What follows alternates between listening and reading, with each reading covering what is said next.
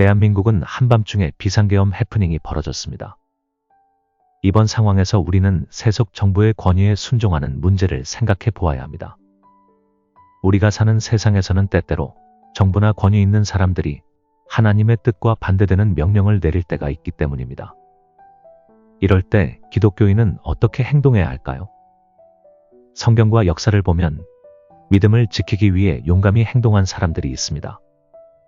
오늘 이 시간 그들의 상황을 살펴보겠습니다. 성경에 나오는 이야기들. 다니엘과 그의 친구들 금신상 앞에서도 굽히지 않은 믿음. 다니엘서 3장에는 바벨론의 느부갓네살이 거대한 금신상을 만들고 모두에게 절하라고 명령했습니다. 그 명령을 따르지 않으면 맹렬히 타는 풀무불에 던질 것이라고 위협했습니다.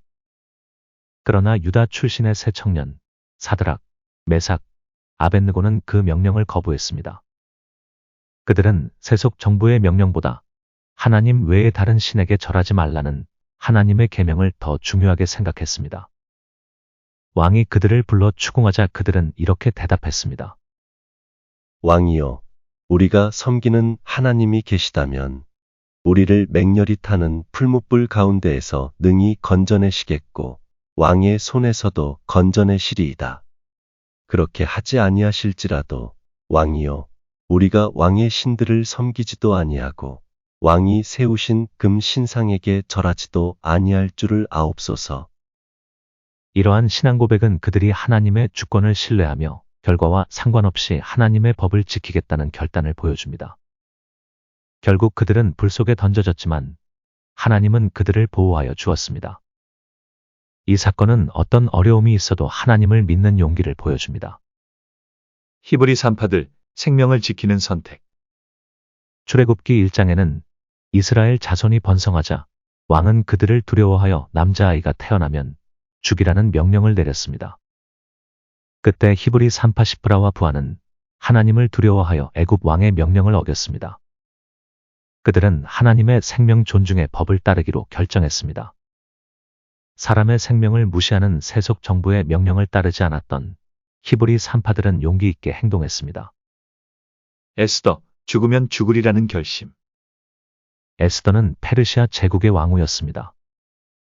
그때 간악한 하만의 모략에 의해 유대인을 전멸하라는 명령이 내려졌습니다. 에스더의 사촌 모르드게는 이 소식을 급히 에스더에게 전하고 이 사실을 왕에게 말해달라고 부탁했습니다. 하지만 당시 왕의 허락 없이는 왕 앞에 나갈 수 없었습니다. 에스더는 법을 어기고 왕 앞에 나갔습니다. 그녀는 죽으면 죽으리이라는 결심으로 나갔습니다.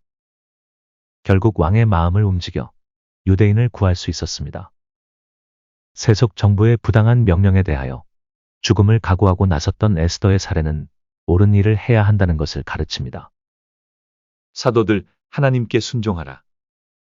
사도행전 5장에는 예수님의 부활과 복음을 전파하던 사도들이 유대 종교 지도자들에게 체포되었습니다. 대제사장과 사두개인들은 사도들을 공회에 세우고 예수의 이름으로 가르치지 말라는 부당한 명령을 내렸습니다. 그때 베드로와 사도들은 이렇게 답했습니다. 사람보다 하나님께 순종하는 것이 마땅하니라.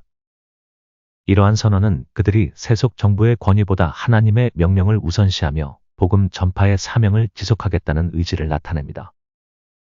이후 사도들은 감옥에 갇히고 매를 맞았지만 그들은 굴복하지 않았습니다.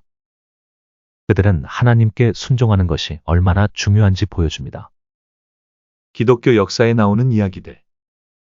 초기 교회와 순교자들. 초기 기독교인들은 로마 제국의 다신교적 국가 종교 체제에서 부당한 핍박을 받았습니다. 특별히 로마 황제 숭배를 강요할 때 그들은 저항하였습니다. 이로 인해 네로 황제의 박해를 시작으로 디오클레티아누스 황제에 이르기까지 수많은 기독교인이 순교했습니다. 그들은 감옥에 갇히고 고문을 당하고 사형당했지만 끝까지 믿음을 포기하지 않았습니다. 초대교인들은 정부의 부당한 명령에 복종하지 않았습니다. 마틴 루터, 진리를 외치다. 16세기 종교개혁의 주도자였던 마틴 루터는 로마 가톨릭 교회의 부패와 면벌부 판매에 반대하여 95개조 반박문을 발표했습니다.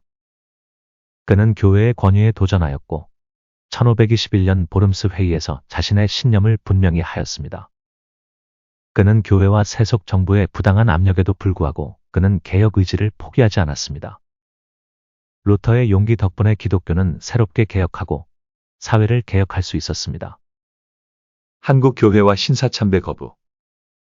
일제강점기 동안 일본 정부는 신사참배를 강요했습니다. 그러나 많은 기독교인은 이를 우상숭배로 간주하고 거부하였습니다. 수많은 목회자와 신자들이 투옥되고 고문당하고 심지어 순교하였습니다. 이러한 신사참배 거부 운동은 한국 교회의 신앙적 정체성을 지키기 위한 불복종의 대표적인 사례입니다.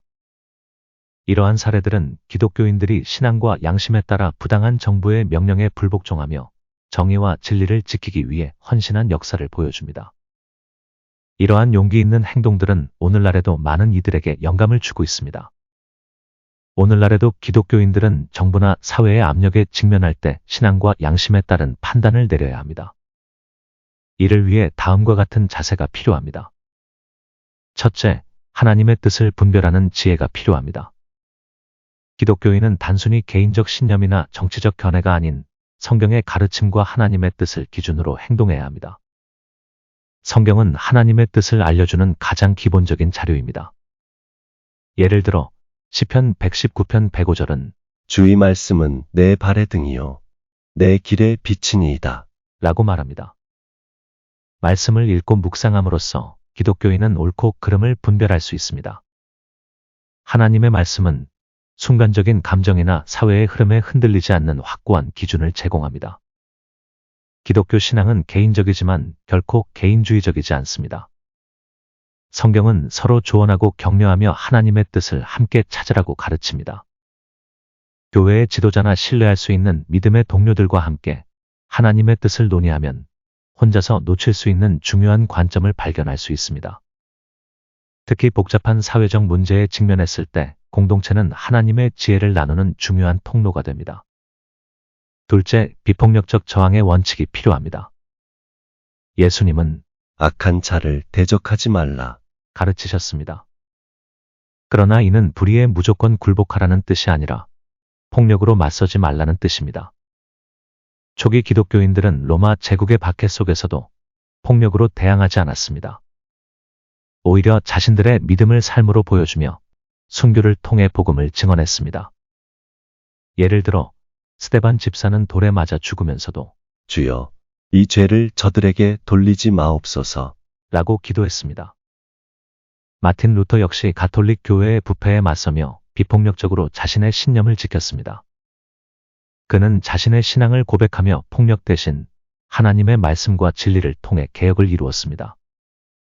이는 정의를 위한 저항이 반드시 평화적이어야 함을 보여주는 역사적 사례입니다. 셋째, 공공선을 위한 헌신이 필요합니다. 신앙적 불복종은 단순히 개인적 자유를 지키기 위한 것이 아니라 사회의 공공선을 위해 이루어져야 합니다. 하나님은 항상 정의와 공의를 중요시하십니다. 미가서 6장 8절은 공의를 행하며 인자를 사랑하며 겸손히 내 하나님과 함께 행하라. 명령합니다. 기독교인은 개인의 유익을 넘어서 사회적 정의를 위해 행동해야 합니다. 이를 통해 하나님 나라의 가치를 세상에 드러낼 수 있습니다. 출애굽기의 히브리 산파들처럼 기독교인은 약자를 보호하고 생명을 존중하는 행동을 해야 합니다. 현대 사회에서도 생명 경시적인 정책이나 약자를 억압하는 구조적 문제에 맞서 정의로운 목소리를 내야 합니다. 오늘날에도 기독교인은 이러한 원칙에 따라 행동하며 하나님 나라의 가치를 세상에 전해야 합니다. 복음 전파를 위하여 힘쓰는 로고스 커뮤니티를 구독해 주시고 후원해 주시면 감사하겠습니다. 감사합니다.